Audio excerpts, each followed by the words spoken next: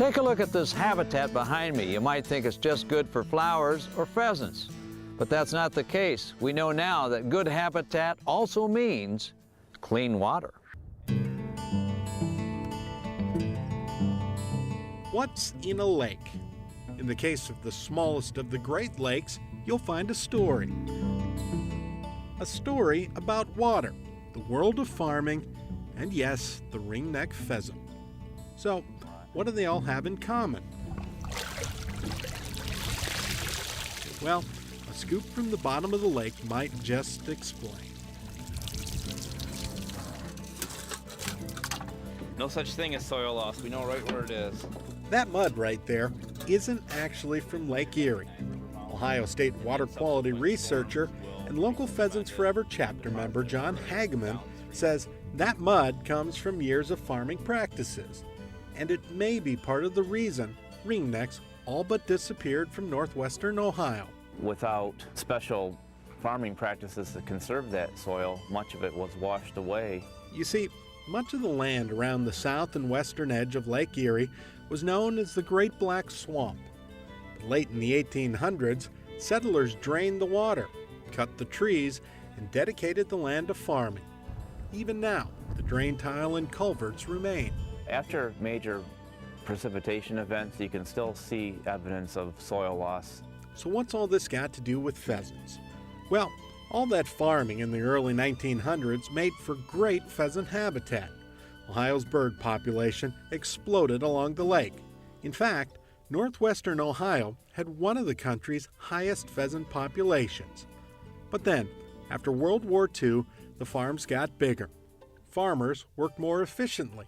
They worked every inch of the land. All the fence rows, the buffers, and hay pastures disappeared. And slowly, so did northwestern Ohio's pheasants.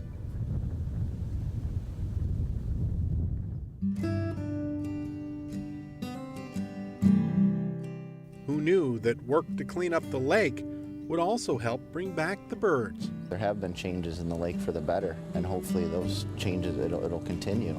Change came in the form of prairie grass, specifically small belts of switchgrass planted around crops. Pheasants Forever biologist Jim English explains. There's 3 reasons for a filter strip: soil erosion, water quality, and then wildlife. The design of it is to keep your sediment and nutrients on the field and keep them from running off into the water course and end up into, in this example, Lake Erie. Ottawa County Pheasants Forever chapter member Mark Witt knew about filter strips, so he planted them around his 100 acres.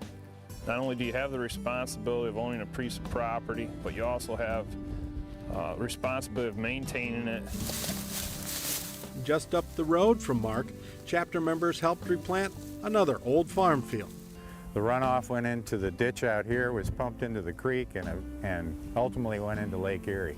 Now, this area is all filtered. This water is filtered by the prairie grasses, also by the wetland. It's probably coming out clearer than it's come out since settlement days, I suppose. another perk of the work, Probably pushed them right over to the, there you go. you guessed it, Yeah, baby. Woohoo! There are birds in Ottawa County. slowly but surely the pheasants return. It's a long process, one that forces Pheasants Forever members to look at more than birds and grass. It's all about water, too. We have to look at the bigger picture, and it's all important. Astronella, it's a type of a diatom. So important, chapter member John Hageman invites school children out to his Ohio State Lake Erie research station. Out there, the kids study water. John wants them to appreciate science. Give them some sense of stewardship of the lake, have them adopt it as their own and be a strong voice to protect it in the future. And who knows, maybe someday their work will once again make northwestern Ohio pheasant capital of the world. So now we know that creating habitat means more than just creating pheasants to hunt.